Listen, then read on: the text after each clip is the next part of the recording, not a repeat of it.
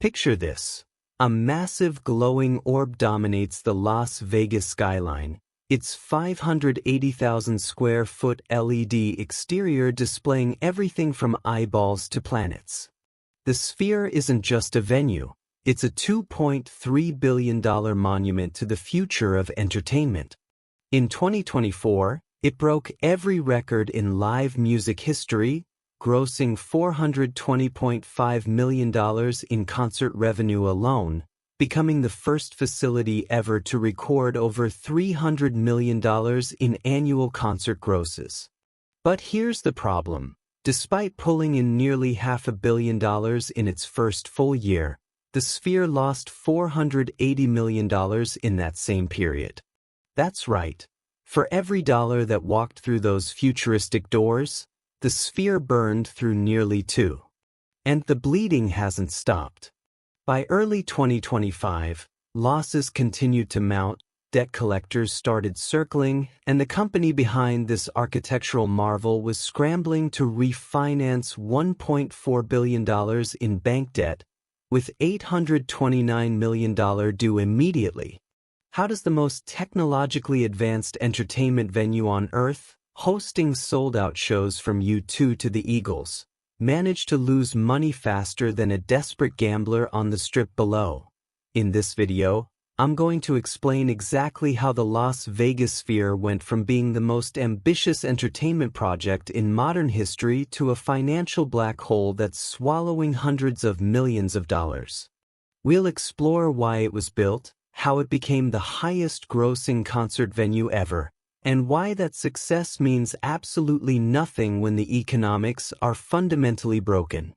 And if you stick around to the end, I'll show you the one image that perfectly captures why this entire project was doomed from the moment construction began.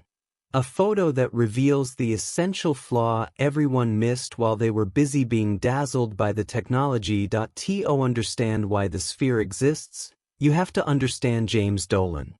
As executive chairman and CEO of Sphere Entertainment, Dolan isn't just another Vegas developer chasing tourist dollars. He's the man behind Madison Square Garden, a billionaire who spent decades in the entertainment business, and someone who genuinely believed he could revolutionize how people experience live events. The timing seemed perfect. This was the late 2010s. Las Vegas was reinventing itself beyond gambling, experiential entertainment was exploding, and social media had turned every unique experience into viral marketing gold. Traditional concert venues were boring boxes with screens. Dolan saw an opportunity to create something nobody had ever seen before. The market was hungry for this. Instagram and TikTok had turned experiences into currency. People weren't just going to shows anymore. They were going to create content. A venue that was itself a spectacle? That was social media rocket fuel. And here's what made it genuinely revolutionary. The Sphere wasn't competing with other arenas. Arenas are replicable, commoditized spaces where artists roll in, plug in their touring production, and roll out.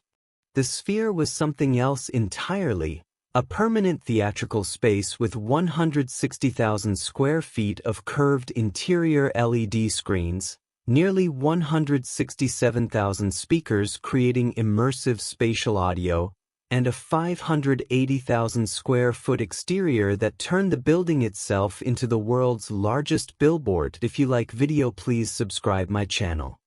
No competitor could build this. The technology didn't exist at scale.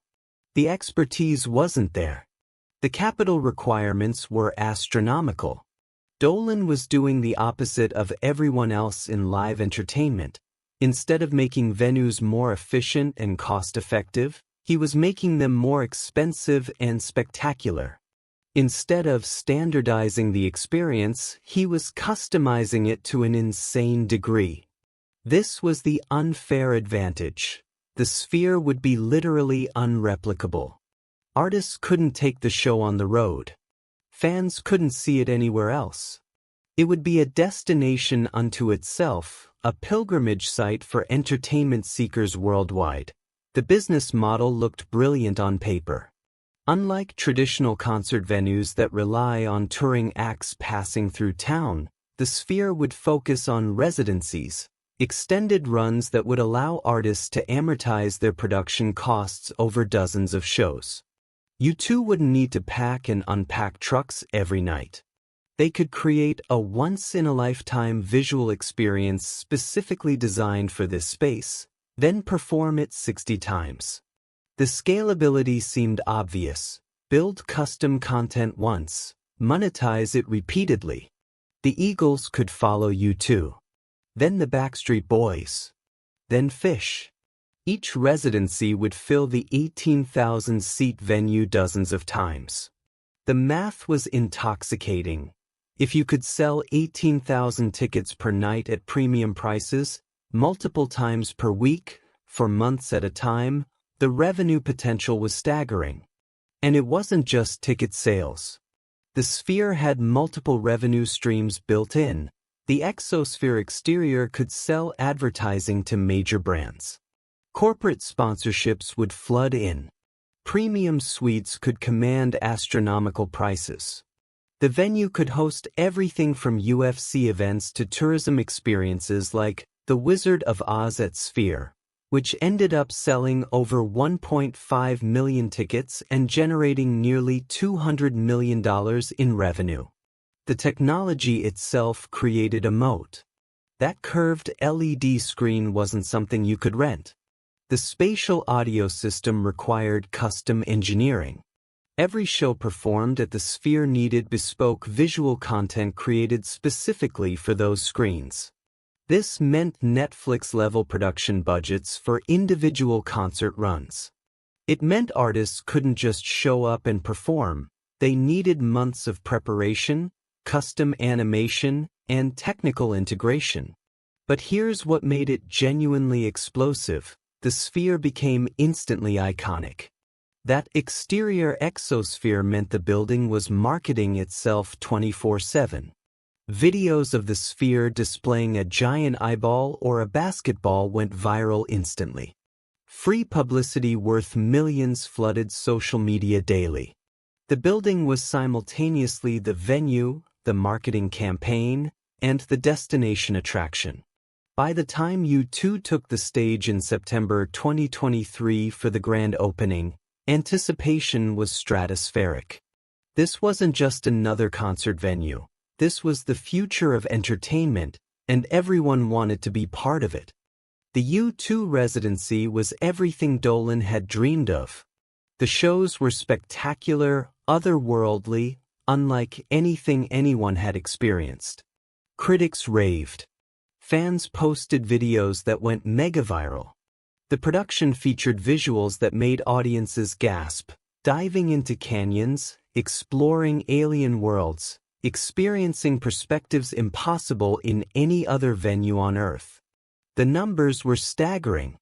In 2024, the Sphere grossed $420.5 million in concert revenue according to Billboard Box Score, the highest gross ever recorded by any venue in history.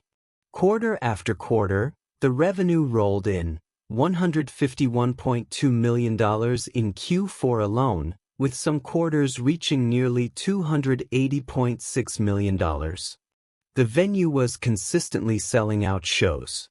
Premium seats commanded premium prices. Corporate sponsors lined up. The Wizard of Oz experience alone generated nearly $200 million. Media attention was relentless. Every major publication profiled the Sphere. Travel shows featured it. International tourists added it to their Vegas itineraries. The building had transcended being a venue. It was now a landmark, as essential to the Vegas experience as the Bellagio fountains or the Strip itself. Dolan's company started talking expansion. Plans for a Sphere in Abu Dhabi were announced. They discussed smaller Sphere venues globally, spreading the concept internationally. Though a London project was eventually abandoned, the ambition was clear. This wasn't just a building, it was a franchise, a new category of entertainment destination that could be replicated in major cities worldwide. If you like video, please subscribe my channel. Industry analysts began treating the Sphere as a glimpse into the future of live entertainment. Virtual reality, immersive experiences, social media virality, the Sphere combined all the buzzwords into one profitable package. Stock analysts wrote glowing reports about the long-term potential. This was Apple's store-level brand innovation applied to concert venues. Everything looked unstoppable, but there was something that didn't add up, something buried in the quarterly earnings reports that most people ignored while they were busy watching videos of the giant emoji sphere on TikTok. The construction cost was $2.3 billion. That number alone should have raised alarm bells. To put that in perspective, SoFi Stadium in Los Angeles, one of the most expensive sports venues ever built, cost $5.5 billion but seats 70,000 people and hosts NFL games, concerts, and major events year-round. The Sphere seats 18,000 and can really only host one type of event: custom residencies that require months of preparation. That $2.3 billion price tag meant the Sphere needed to not just make money, it needed to make extraordinary amounts of money, consistently, for years, just to break even on the initial investment. And that was before accounting for the massive ongoing operational costs. See, traditional concert venues are relatively cheap to operate. You have staff, you have overhead, but touring artists bring their own production. The venue provides the space, the artist provides the show. It's a straightforward exchange. The Sphere flipped this model entirely. Every show required custom content created specifically for those screens. Every residency demanded months of technical collaboration. The 167,000 speaker audio system needed constant calibration. The Exosphere required power consumption that would make a small city blush. The staffing requirements were enormous. This wasn't a venue, it was closer to a theme park ride that happened to host concerts. And here's the killer: the artists knew this. They knew the Sphere needed them more than they needed the Sphere. So when it came time to negotiate revenue splits, artists could demand enormous percentages of ticket sales. Investors noted that the venue had to pay major artists a high share of ticket revenue, way higher than traditional venues. This planted the seeds of something dangerous, a business model where increasing revenue didn't necessarily increase profitability because costs scaled right alongside it. The first crack appeared almost immediately. Shortly after opening, reports indicated the Sphere lost $98.4 million.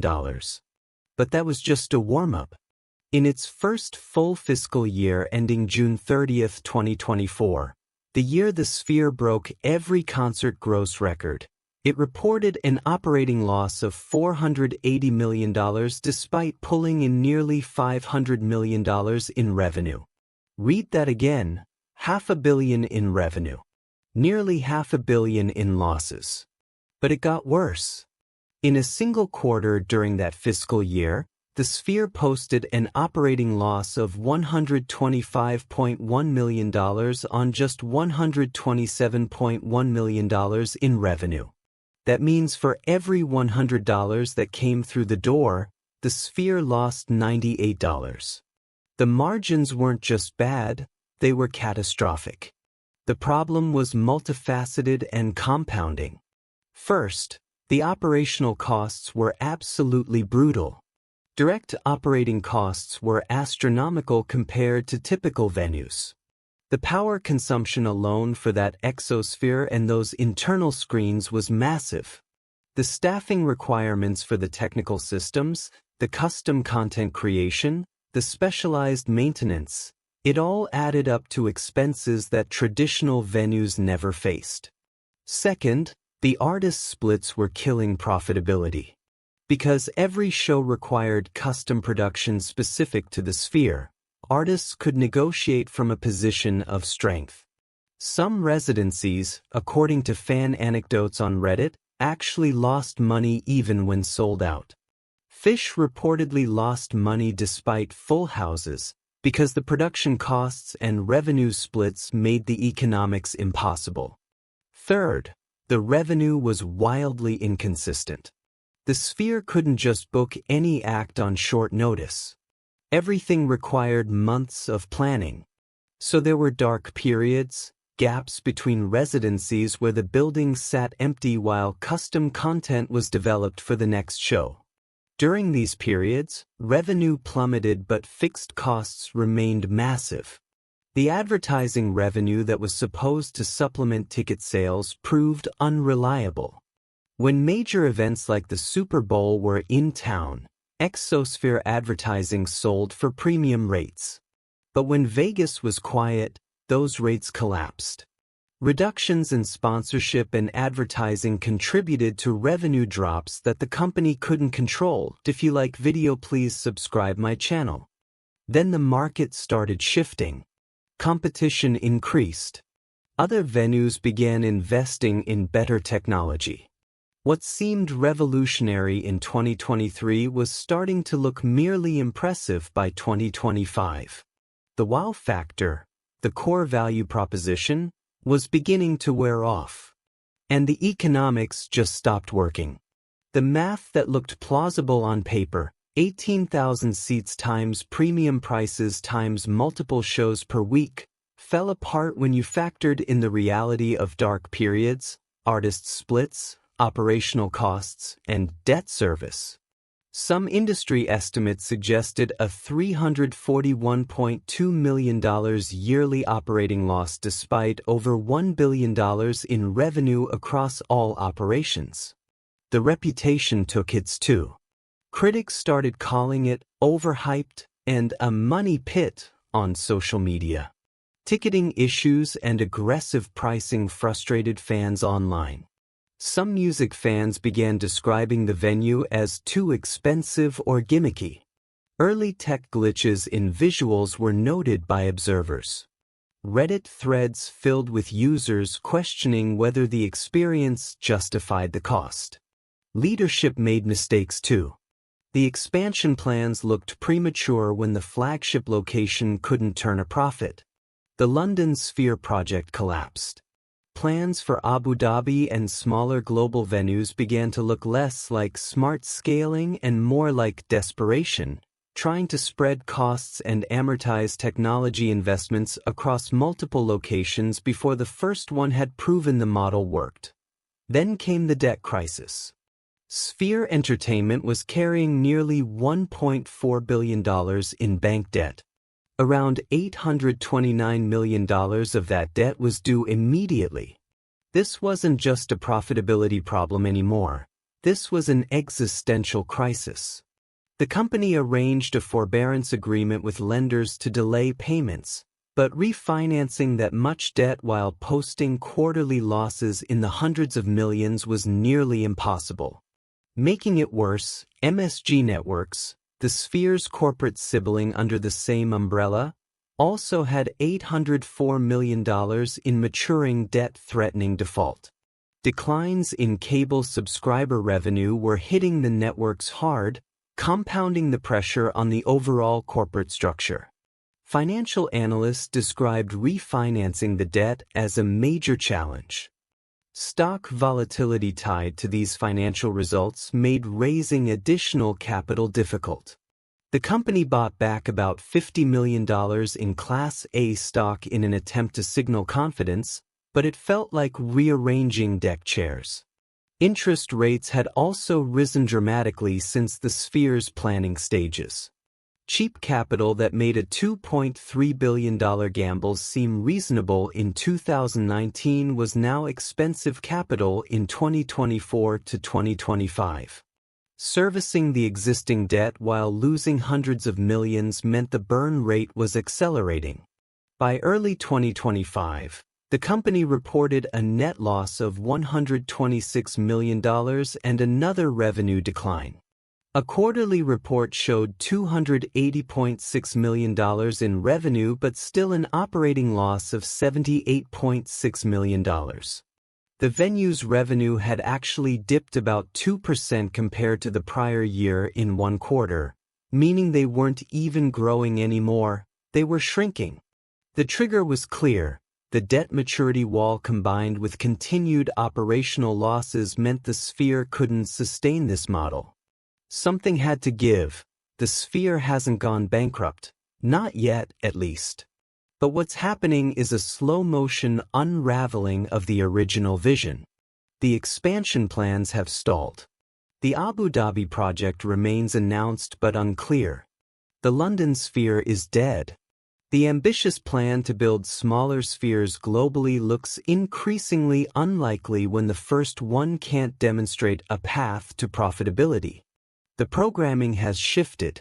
Instead of focusing purely on premium artist residencies, the Sphere is diversifying, adding UFC events, corporate bookings, and extended tourism experiences like the Wizard of Oz show that, while successful at selling tickets, wasn't the original vision for what this venue would be.